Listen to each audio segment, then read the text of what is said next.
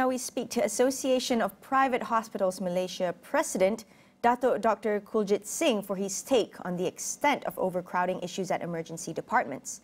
He also gave suggestions on how to tackle the issue.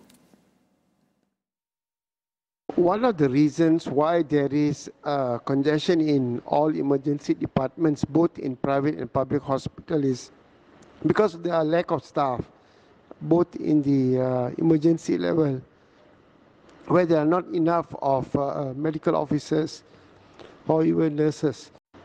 So it takes time for patients to be seen by medical officers and the nurses in order to clear them.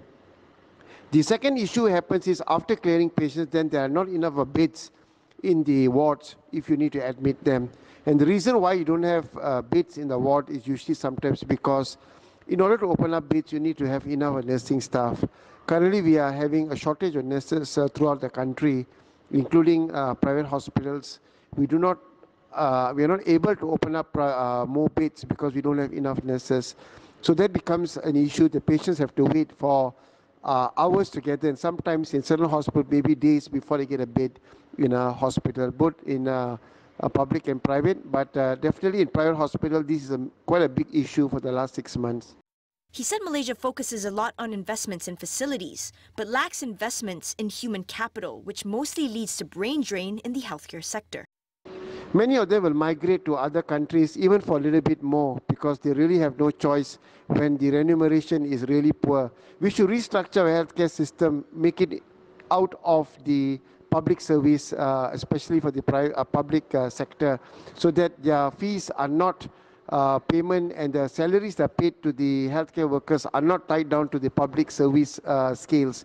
I think that's the only way if they are serious about solving this problem quickly.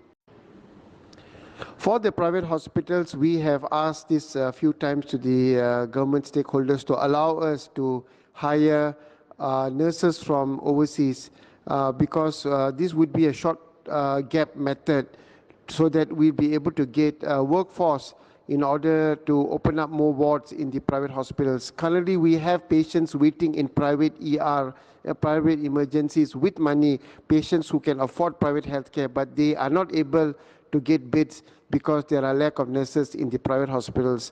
We do not want to further strain the government hospitals by sending these patients to government hospitals when we are not able to serve them in private hospitals. I really urge that the government of the day will reconsider and allow us to get nurses from overseas, even those who are not subspecialized.